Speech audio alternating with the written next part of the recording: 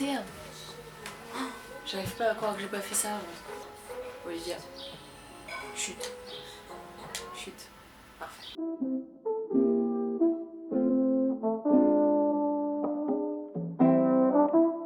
Yo, salut et bienvenue sur cette chaîne, j'espère que tu vas bien.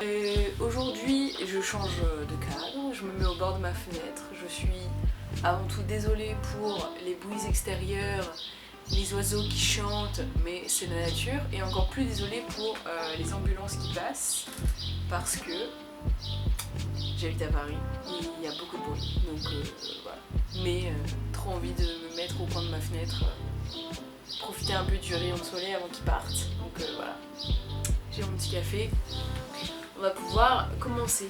Normalement cette vidéo sera postée début juin, donc c'est l'heure de mes recos de juin. Ce que j'ai aimé en mai et ce que je vous conseille de regarder en juin. Si j'ai le même brushing que dans la vidéo que vous avez vue avant, qui parle d'une story time très marrante que je vous recommande d'aller voir si vous ne l'avez pas vue. C'est normal, c'est parce que c'est le jour d'après, je vais filmer un peu en avance parce que mon anniversaire est la semaine prochaine et j'ai envie de profiter un peu. Comme j'ai dit dans l'autre vidéo, je me sens pas hyper bien en ce moment, donc j'ai besoin de me reposer, j'ai besoin de prendre soin de moi. Avant de commencer, je le dis jamais, mais j'ai un Insta qui est Emita Pequeña, que je vais mettre ici.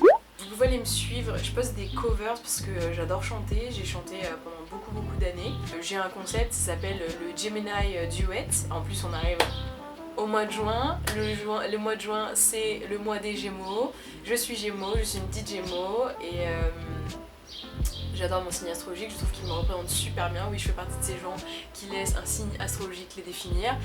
Laissez-moi tranquille, je vous demande pas votre avis, hein. J'ai une version de moi qui... j'ai une vidéo de moi qui a une voix dans une certaine tonalité. Oh salut toi! Comme je disais, il y a une partie de moi qui chante avec un instrument dans une certaine tonalité et l'autre qui en général harmonise en fonction de la première voix. J'ai créé un TikTok hier avec le même nom, Emita Pequeña, donc voilà, où je vais poster pareil que les covers que j'ai déjà faites et les covers que j'ai envie de faire. Voilà, je veux pas aller plus loin sur TikTok parce que c'est pas une application qui m'intéresse plus que ça niveau contenu. En fait, je consomme déjà les reels d'Instagram et j'ai pas trop envie de tomber dans TikTok parce que j'ai l'impression d'être déjà trop vieille pour TikTok. Donc voilà. Si vous voulez me rejoindre, vous êtes les bienvenus. Et puis on commence la vidéo. C'est parti! Première catégorie. On va parler de musique parce qu'au mois de mai, il y a beaucoup d'albums que j'attendais beaucoup qui sont sortis. Comme je l'ai dit dans la vidéo d'avant, je vais commencer avec, pour moi, ce qui va être sûrement l'album de l'année, l'album d'Olivia Rodrigo. Voilà, c'est un album... Alors là, je dois avouer que la première écoute, j'étais pas du tout fan. Je trouvais que c'était un peu... tous les sons se ressemblaient un peu trop et c'est au bout de la deuxième, troisième écoute que j'ai commencé à comprendre un peu le concept et je me suis dit ah ouais si elle a fait un truc là. Et du coup ça fait une semaine que je l'écoute en boucle dans ma voiture et quel plaisir Olivia, quel plaisir cet album, vraiment ma préférée de loin. Good for You. Good for You c'est juste la meilleure chanson de rupture du monde. On ne la surpassera pas, c'est impossible. Olivia Rodrigo, qu'as-tu fait? C'est incroyable. Donc voilà, je suis trop fan du comeback du rock des années 2000 qui revient en bombe avec le côté un peu émo et tout. Vraiment, I'm here for it. Donnez-moi plus parce que vraiment je ne demande que ce genre de musique. Donc voilà. L'album est excellent, il raconte sa rupture de ses co-stars de la série High School Musical, The Musical Series, un truc comme ça. Ce qui est trop bien, c'est que juste ça se calque sur beaucoup de situations, beaucoup de ruptures. Je pense que ça marche aussi bien parce que, un peu comme Taylor Swift, on peut vite se reconnaître dans les chansons, donc forcément. Comme je l'ai dit dans ma reco d'avant, mon Spotify sera rempli à la fin de l'année d'Olivia Rodrigo, c'est sûr que ce sera mon artiste la plus écoutée. Je suis en train de saigner son album et j'ai pas fini de le saigner, donc voilà. Ensuite, incroyable, le nouvel album de 21 Pilots qui est Scaled and Icy. Je suis très fan des nouvelles sonorités qu'ils ont apportées. J'adore l'album, il faut que je l'écoute plus parce que du coup ils sont sortis le même jour, Olivia Rodrigo et 21 Pilots, et j'ai plus écouté Olivia Rodrigo, mais 21 Pilots, il y a un truc, j'aime beaucoup et je suis tellement pressée qu'ils fassent un concert pour retourner les voir parce que je suis trop pressée d'entendre certains morceaux en live, ça va être trop bien. Bon après, ne nous mentons pas, aucun album je pense ne surpassera Blurry Face qui est un chef-d'œuvre d'indie pop pour moi, donc voilà, hein, let's be honest, on ne surpassera pas cet album, il est génialissime. Et l'album d'après que je saigne en ce moment, c'est une comédie musicale parce que le trailer du film est sorti il y a pas longtemps et je suis tellement déconnectée que je savais même pas qu'ils avaient prévu de faire un film. C'est Dear Evan Hansen. Alors cette comédie musicale est incroyable, je l'adore. C'est un sujet de discorde avec ma meilleure amie parce que elle déteste, voilà. Mais moi j'adore, ça parle d'un garçon qui s'appelle Evan Hansen et qui a des problèmes un peu psychologiques, il est très dépressif et il est pas bien. Ça a parlé de mental health, de dépression, de solitude, du lycée, tout ça. Enfin, je trouve que ça fait beaucoup d'écho à la vie de manière générale et à la société, à comment la santé mentale est perçue aux États-Unis et comment certains mots déclenchent certaines émotions chez certaines personnes. Ça parle aussi de suicide parce qu'il y a quelqu'un qui se suicide dans la comédie musicale, mais je ne vais pas le dire parce que j'ai pas envie de tout spoiler, même si c'est l'élément déclencheur. Tout ça pour dire que j'adore Dear Evan Hansen, j'ai toujours aimé l'album, je l'ai toujours trouvé génial, j'ai toujours aimé les chansons et ils ont sorti le trailer pour le film qui est en plus l'acteur principal est Ben Platt qui était déjà l'original cast member pour Evan Hansen, donc je suis ravie, je suis trop contente quand ils font ça, quand ils reprennent les éléments du cast original pour faire les rôles dans les films. Si vous ne captez rien à l'univers Broadway, je suis désolée, ce que j'ai dit n'a aucun sens, mais voilà, pour ceux qui comprennent, vous avez compris. Ensuite, quatrième et dernière reco musique, c'est le comeback de BTS avec le morceau Butter que j'écoute en boucle, on va pas se mentir. Et ouais, trop pressée de voir l'album qui vont sortir avec la tournée parce que ils ont annulé une tournée à cause du Covid. Et j'espère qu'ils vont repasser en France, à Paris, et qu'on va pouvoir aller les voir. D'ailleurs, vendredi, j'ai essayé de choper des places pour le concert de Billie Eilish, MDR. J'étais sur le site depuis 9h et j'ai pas eu de place. Donc je suis grave déçue de moi-même et ça me saoule. Et si vous avez des places à revendre, contactez-moi s'il vous plaît parce que j'ai trop envie d'y aller. Il me faut 2 places en fausse, voilà, c'est pas compliqué. Ensuite, le cinéma. Alors là, je vais grave décevoir parce que je suis pas retournée au cinéma depuis que les salles ont revu. J'adore le cinéma, ça fait partie de mes passions. Tellement contente que les cinémas soient réouverts, c'est trop bien. J'y vais tout à l'heure, je vais voir ADN de My Way. Et je mettrai là un écran pour dire si j'ai aimé. Je vais vous faire une petite review post-montage, voilà, comme ça on saura ce que j'en ai pensé. Bon alors, je rentre de la séance d'ADN de MyWen. Beaucoup de larmes ont coulé et dans toute la salle d'ailleurs, j'ai tous les gens autour de moi qui pleuraient. Voilà, ça parle de sujet d'origine, d'héritage, donc comment dire que ça fait mal par là où ça passe quoi. Très beau film, magnifique film.